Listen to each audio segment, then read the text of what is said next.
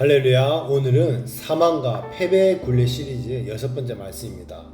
오늘 주제는 가인의 길에 서지 말라는 주제로 함께 말씀을 나누겠습니다. 여러분, 혹시 집에 오래된 이 가족 앨범이 있습니까? 이 빛바랜 오랜 사진첩을 넘기다 보면 풋풋했던 이 부모님의 모습들, 그리고 내가 태어난 이 부모님의 품에 또 안겨가지고 어릴 적부터 있는 나의 모습들, 그리고 누나, 언니, 오빠, 형제들, 그리고 자매들과 티격태격하면서도 해맑게 웃던 그 순간들이 담겨진 그 사진들, 그때를 생각하면 그 어릴 적, 그 옛 추억들이 새록새록 이 생각이 납니다. 이처럼 가정은 우리에게 가장 따뜻한 위로와 안식을 주는 소중한 울타리입니다.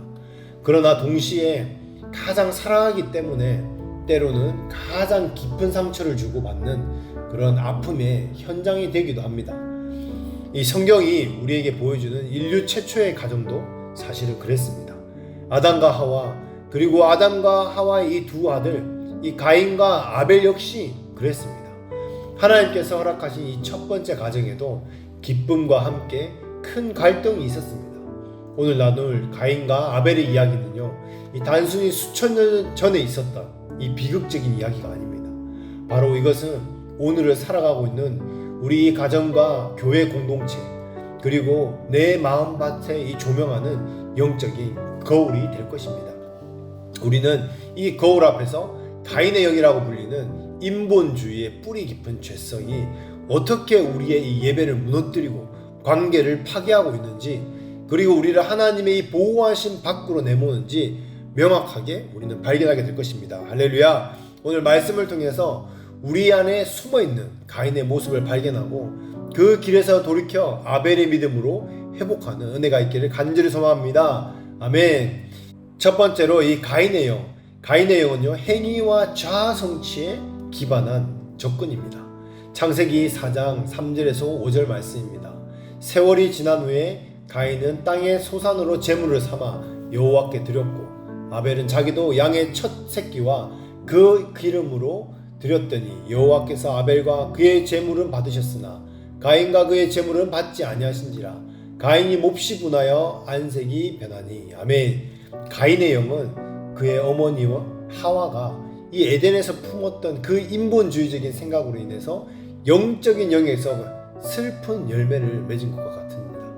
가인은 땅의 소산을 하나님께 드렸고, 아벨은 양의 첫 새끼와 그 기름으로 하나님께 제사를 드렸습니다. 이 두 가지 이 제사의 차이점은요, 단순히 하나님께 무엇을 드렸는지 그것이 문제가 아닙니다. 하나님께 나아가는 마음의 중심과 태도에 문제가 있었습니다. 가인은 이 피의 제사를 드리지 않았습니다. 우리 죄인된 인간이 하나님께 나아가기 위해서는요, 반드시 흠없는 이 대속제물의 피가 필요합니다. 그것이 하나님의 공의로운 원리고 원칙이었습니다. 그런데 가인은 그것을 외면했습니다. 여기서 우리는 인본주의가 이 예배의 영역에서 어떻게 나타나는지 발견할 수 있는 것입니다. 그래서 그 첫 번째가 바로 하나님께 나아가는 확신을 전적으로 자신의 행위와 자기 성취에 두는 것입니다. 다시 말해서 이 가인은요, 자신이 땀을 흘려 일군 그 노력의 산물, 자신의 지혜와 힘으로 얻어낸 가장 이 자랑스러운 그 결과물을요, 하나님 앞에 내어놓은 것입니다. 당연히 그 열매 중에 가장 탐스럽고 빛깔 좋은 최상의 농산물을 주님께 가져갔을 것입니다. 그 제사는 내가 직접 길러서 아주 멋진 열매이기 때문에 하나님을 기쁘게 할 수 있을 거야, 그런 확신과 자신의 그 수고와 공로에 그런 자부심이 가득 담겨 있었을 것입니다. 반면에 아벨은 양의 첫 새끼와 그 기름, 즉 생명의 피를 제물로 주님께 드린 것입니다. 그것은 자신의 공로가 아닌 이 죄를 대신하여 희생의 피를 통해서만 하나님께 나아갈 수 있다는 그 겸손한 믿음의 고백이었던 것입니다. 여러분들 어떻습니까? 하나님께 예배드리기 위해 하나님 앞에 어떤 태도와 자세로 나아갑니까? 지난 한 주간 내가 이룬 그 선행들, 성공적인 사역들, 그리고 혹은 남들보다 더 나은 그 믿음, 신앙, 열심, 그 신학적인 지식들, 그것을 가지고 마치 이것이 입장권처럼 하나님 앞에 내밀며 예배의 자리에 서려 했던 그런 경험이 있지 않습니까? 이만큼 헌금했으니까, 이만큼 봉사했으니까, 이만큼 기도했으니까 하나님께서 나를 기쁘게 받아주실 거야. 그런 마음으로 은밀한 기대로 주님 앞에 나아간 적은 여러분 없습니까? 우리가 하나님께 드릴 수 있는 것 중에 하나님께로부터 먼저 받지 않은 것이 여러분 어떤 것이 있습니까? 우리의 호흡, 재능, 기회, 심지어 선을 행하고자 하는 그 마음조차도 모두 다 하나님의 은혜이고 선물입니다. 맞습니까? 아멘. 그래서 우리들은요, 하나님의 의와 자신의 성취, 그것을 가지고 하나님 앞에 온전하게 설 수가 없다는 것입니다.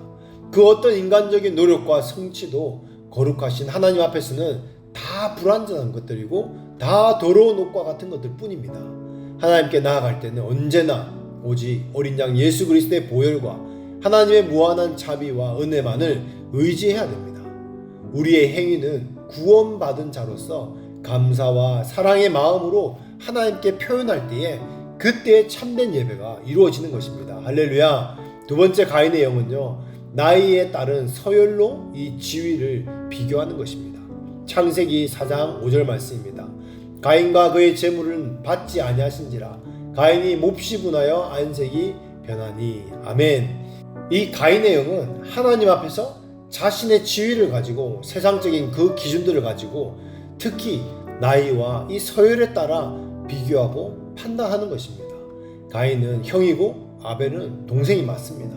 그러나 가인의 마음속에 그 깊은 곳에요, 내가 장자니까, 나이가 더 많으니까 당연히 아벨보다 더 나은 사람이다. 하나님은요, 마땅히 나를 축복해 주셔야 한다. 그런 교만한 생각들이 마음속에 자리 잡고 있었습니다. 그는 자신의 이 영적 상태나 재물의 합당함보다 자신이 가진 이 세상적인 지위, 형이라는 그 사실에 더 큰 의미를 부여했습니다. 이것은 하나님 나라의 원리를 정면으로 거스르는 태도입니다. 이런 모습은 오늘날 교회 안에서도 놀랍도록 흔하게 발견할 수 있습니다. 예를 들어서 이 교회 개척 때부터 함께 했던 이 많은 성도님들, 특히 그런 성도님들이요, 우리도 모르는 사이에 이러한 가인의 영에 사로잡힐 때가 있습니다. 자신이 이 교회 역사에 함께한 창립 멤버다, 혹은 오래된 교인이기 때문에 지금 새로 들어온 이 새신자들보다 영적으로 더 우월해야 되고 더 큰 영향력을 가져야 한다고 스스로 그렇게 믿는 것입니다. 그 생각 속에는 내가 이 교회에 더 오래 있었으니까 내 의견이 더 존중받아야 되고 더 중요하고 나는 더 많이 알고 있으니까 더 많은 인정을 받아야 마땅하다, 그런 논리가 숨어 있는 것입니다. 이것은 사단과 하와 사이에 나타났던 이 세속주의, 그 인본주의가 오늘날 이 예배의 그 영과 교회라는 거룩한 공동체 안에 교묘하게 스며든 모습입니다. 하나님 나라에서는 세상의 서열이 통하지 않습니다. 하나님 나라는 먼저 된 자가 나중되고 나중된 자가 먼저 되는 그 역설이 지배하는 것입니다. 영적인 성숙도나 하나님과의 친밀함은 교회의 이 등록한 순서나 직분의 이 높고 낮은 것으로 결코 비례하지 않습니다. 그러나 가인의 영에 사로잡힌 사람은요, 끊임없이 자신을 다른 사람들과 이 수평적으로 비교하게 되어 있습니다. 가인은요, 자신의 재물이 하나님의 기준에 맞지 않다는 그 사실을 직감했음에도 불구하고 자신의 그 형이라는 그 지위 때문에 동생보다 더 낫다고 여깁니다. 이런 비교의 의식을 결국 시기와 분노로 이어지는 그 비극의 통로가 되어지는 것입니다. 가인의 영 세 번째는요, 하나님의 그 인정을 받지 못해서 큰 갈등을 일으키는 것입니다. 창세기 4장 5절에서 7절 말씀입니다. 가인과 그의 재물을 받지 아니하신지라 가인이 몹시 분하여 안색이 변하니 여호와께서 가인에게 이르시되 내가 분하여 하면 어찌 됨이며 안색이 변하면 어찌 됨이냐, 내가 선을 행하며 어찌 낯을 들지 못하겠느냐, 선을 행하지 아니하면 죄가 문에 엎드려 있는지라 죄가 너를 원하나 너는 죄를 다스릴지니라. 아멘. 이 가인의 영은 자신에 대한 하나님의 인정이 부족하다고 느낄 때 하나님의 집에 이 갈등을 일으키는 주된 원인이 되는 것입니다. 보통 교회나 공동체들을 보면요, 이 영적인 움직임을 멈춘 사람들이, 그것을 하지 않는 사람들이요, 현재 하나님의 그 움직임 가운데 있는 그런 사람들, 그 갈등을 일으키는 그 경우가 대부분 있습니다. 한때는 뜨겁게 하나님을 경험하고 그분의 임재 안에서 기뻐했지만 어느 순간 그 자리에 머물러 영적인 정체된 사람들이 있습니다. 그들은요, 더 이상 하늘로부터 오는 그런 새로운 기름 부으심이나 신선한 계시를 경험하지 못합니다. 바로 그때 그들은 어떻게 합니까? 그런 사람들은 자신들 그 옆에 계속해서 전진하며 하나님을 새롭게 경험하는 그런 사람들을 보면서요, 마음속 깊은 곳에서 불편함을 느끼기 시작합니다. 하늘로부터 인정을 받지 못하는 그런 사람이 지금 인정받는 그 사람을 공격하기 시작한다는 것입니다. 만약 교회 모든 사람들이 각자의 자리에서 살아계신 그 하나님을요, 인격적으로 날마다 충만하게 만나고 경험하고 그분의 음성을 듣고 새로운 일들을 경험하고 있다면요, 그 교회나 공동체 안에 그런 파괴적인 갈등이 생겨날 여지가 없을 것입니다. 그 이유는 모두가 하나님과의 그 수직적인 관계에 만족하고 있기 때문에 수평적인 그 관계에서 문제를 일으킬 이유가 없다는 것입니다. 그러나 하늘과 이 수직적인 연결이 예전만큼 흥미롭지 않고 희미하게 보일 때, 그것이 계속 가려질 때, 그때부터 갈등의 진원지가 되어지는 것입니다. 하나님께서 더 이상 그들의 삶을 통해서 새롭게 역사하지 않으실 때, 그들은 자신의 이 존재감을 확인하기 위해 인위적인 갈등을 만들어내기도 합니다.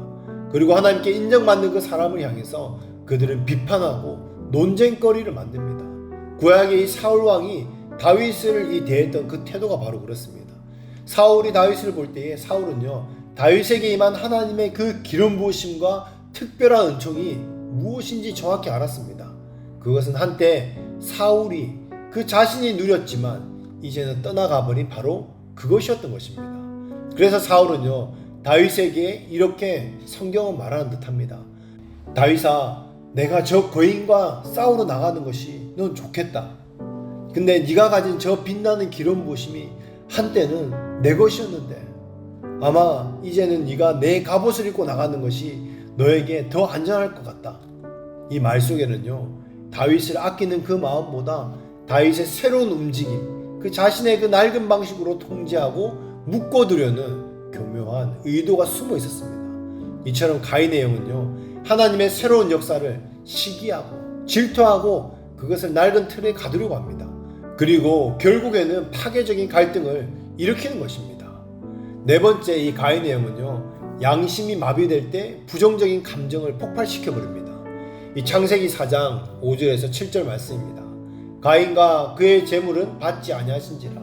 가인이 몹시 분하여 안색이 변하니 여호와께서 가인에게 이르시되 내가 분하여 함은 어찌 됨이며 안색이 변함은 어찌 됨이냐. 내가 선을 행하며 어찌 낯을 들지 못하겠느냐. 선을 행하지 아니하면 죄가 문에 엎드려 있는지라. 죄가 너를 원하나 너는 죄를 다스릴지니라. 아멘. 이 가인의 영은요, 양심이 마비될 때 억눌렸던 이 부정적인 감정을 폭발시키는 단계로 나아갑니다. 하나님께서는 이 가인의 제사를 연락하지 않으시고 이 동생인 아벨의 제사만 받으셨을 때 가인의 그 마음 속에는요, 여러 감정이 교차했을 것입니다. 처음에는 실망감과 그 당혹감, 그리고 이어서 하나님에 대한 그 서운함과, 그리고 아벨에 대한 이 시기심이 막 마음 안에 싹 텄을 것입니다. 하나님께서는 그에게 회개하고 바로 잡을 수 있는 그 기회를 주셨음에도 불구하고 그는요, 이 그 은혜의 손길을 거부했습니다. 그 결과 여러분 어떻게 됩니까? 더 이상 하나님의 그 인정을 받지 못한다는 그 생각에서 비롯돼서 죄책감과 자기 연민, 이 스스로 이 깊은 내면의 분노와 그 쓴뿌리가 걷잡을 수 없이 자라나기 시작한 것입니다. 이렇게 내면에 쌓인 부정적인 독은요, 결국 터져나올 수밖에 없습니다. 양심이 제대로 그 기능을 할 때는요, 이것은 뭐 잘못된 생각이야, 동생을 미워해서는 안 돼 라고 스스로 사실은 컨트롤할 수 있지만 교만과 불순종으로 인해서요, 그 양심이 하인 맞은 것처럼 마비되어져 버리면 스스로 통제를 못하게 됩니다. 그래서 결국 억제되지 않는 이 부정적인 감정들이 쌓여서 한꺼번에 폭발하게 되는 것입니다. 이것은 그냥 단순히 개인의 심리적인 문제에 끝나지 않습니다.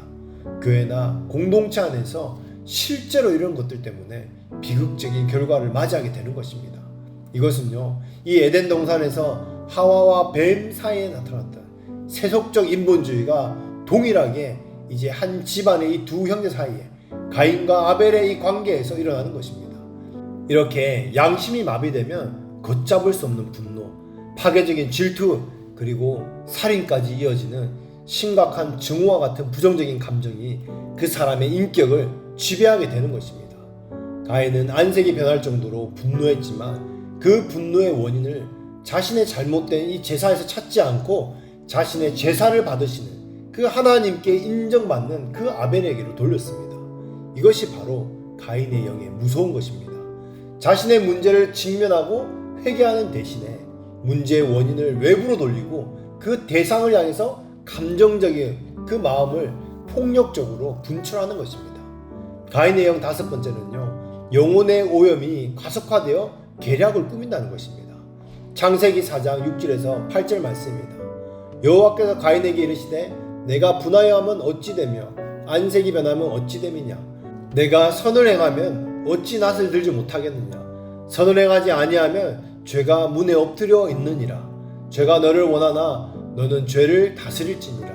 그가 그의 아우 아벨에게로 말하고 그들이 들에 있을 때 가인이 그 아우 아벨을 쳐 죽이니라. 아멘. 이 영혼의 오염은 인본주의적 사고 때문에 걷잡을 수 없이 가속화됩니다. 결국 이 자신의 악한 목적을 이루기 위한 구체적인 계략을 꾸미는 단계에 들어가게 되는 것입니다. 하나님께서는 분노하는 그 가인에게 친히 찾아오십니다. 경고와 함께 기회를 주셨습니다. 내가 분하면 어찌 됨이며 안색이 변하면 어찌 됨이냐. 내가 선을 행하면 어찌 낯을 들지 못하느냐. 선을 행하지 아니하면 죄가 문 앞에 엎드려 있느니라. 죄가 너를 원하나 너는 죄를 다스릴지니라. 이 말씀은요, 죄가 마치 문 앞에 웅크린 맹수처럼 가인을 삼키려고 호시탐탐 노리고 있지만 그에게 여전히 죄를 다스릴 선택과 책임이 있다는 그 놀라운 은혜의 메시지입니다. 그러나 가인은요, 그 생명의 말씀을 듣고도 마음을 돌이키지 않았습니다. 그는 그 말씀을 자신의 동생 아벨에게 전하고 함께 하나님 앞에 나아가 용서를 구하지 않았습니다. 돌이키지 않았다는 것입니다. 대신 그는요, 그 말씀을 마음속에서 지워버리고 자신의 이 시기심과 분노가 이끄는 대로 행동하고 결심했습니다. 가인은 결국 아벨을 죽이기로 마음을 먹고 그를 아무도 없는 들로 데리고 나가기 위해서 치밀한 계획을 꾸며냈습니다. 가인이 어느 날 아벨아, 들에 나가서 새로 난 이 풀들을 보자. 너무 아름답다. 또 함께 사냥할 것이 있으니까 같이 갈래? 그렇게 동생 아벨이 아무런 의심 없이 따라 나설 만한 그럴만한 핑계를 만들었다는 것입니다. 이것은요, 우발적인 살인이 아니라 명백한 계획적인 살인입니다. 여러분, 오늘도 동일합니다. 오늘날에도 수많은 사람이 자신의 숨겨진 계획을 실행하기 위해서 교묘하게 이야기를 조작하고 상황들을 만듭니다. 이것이 바로 가인의 영이 활동하는 방식들입니다. 그는 자신의 이 악한 계획을 성공적으로 실행하고 옮기기 위해서요, 가장 가까운 혈육인 그 아벨의 신뢰를 이용했습니다. 그를 특정한 장소로 유인할 만한 설득력 있는 이야기를 만들어내야만 했습니다. 일단 영혼이 죄로 오염되기 시작하면요, 그 오염의 속도는 점점 더 빨라집니다. 그리고 그 과정에서 양심의 이 가책은 점점 더 무뎌집니다. 자신의 이 삐뚤어진 목적을 달성하기 위해서 더욱 대담해지고 치밀한 계획과 계략을 꾸미기 시작한다는 것입니다. 이것은 인본주의적, 자기중심성이 남은 필연적인 파멸의 과정입니다. 그리고 여섯 번째, 이 가인의 영은요, 질투와 배신으로 언약과 이 관계들을 다 파괴합니다. 창세기 4장 8절 말씀입니다. 그가 그의 아우 아벨에게 말하고 그들이 들에 있을 때 가인이 그의 아우 아벨을 쳐 죽이니라. 아멘. 이 가인의 영은요, 결국 질투와 배신을 통해서 하나님께서 이 맺어주신 거룩한 이 언약 관계를 다 깨트리고 파괴합니다. 이 가인의 마음 깊은 곳에는요, 내가 가질 수 없으니까 하나님의 그 인정이라면 너도 가질 수 없다, 그런 식의 이 파괴된 심리가 마음에 자리 잡고 있었습니다. 이 끔찍한 이 질투심 때문에 가장 신성해야 될 형제 관계에 이것이 다 깨어지고 배신이 일어나고 자신이 마땅히 받아야 한다고 생각했던 이 영적 이익과 인정을 동생이 받았다는 그 생각 때문에 그 혈연의 언약이 무참하게 다 깨어졌습니다. 그래서 아벨은요, 자신을 들로 이끄는 그 형을 아무런 의심도 없이 그냥 순수하게 따라갔을 것입니다. 그러나 순수한 그 신뢰는 가장 끔찍한 배신으로 돌아왔습니다. 이러한 가인의 영은 오늘날 교회와 이 사역의 현장에서도 암암리에 다 작동하고 있습니다. 예를 들어서 어떤 목회자가 다른 교회의 이 부흥과 성장을 다 보면서 당신의 교회는 성장하는데 내 교회는 성장하지 않습니다. 왜 그렇습니까? 내가 당신의 이 사역과 인격에 대해서 나쁜 말을 퍼뜨려서라도 당신을 끌어내리겠다는 그 악한 마음을 품는다면요, 혹시라도 저 사람이 못되게 한다는 그런 마음을 품는다면 그것이 바로 가인의 영인 것입니다. 이것은 단순히 지어낸 얘기가 아니라 안타깝게도 교회 안에서 실제로 일어나고 있는 슬픈 현실입니다. 동역자 관계, 스승과 제자의 관계, 심지어 한 교회 안에 이 성도들의 사이에서도 이러한 질투와 배신이 언약 관계에 심각한 균열을 일으키고 공동체를 병들게 하고 있다는 것입니다. 다른 사람들이 받은 그 축복을 함께 기뻐해 주지도 못하고 그것을 자신의 이 박탈감과 그 연결시키는 순간 가인의 영은 우리의 마음속에 독초처럼 자라기 시작합니다. 가인의 영 7번째는요, 이 영적 덮개와 보호하심을 잃어버린다는 것입니다. 창세기 4장 11절에서 14절 말씀입니다.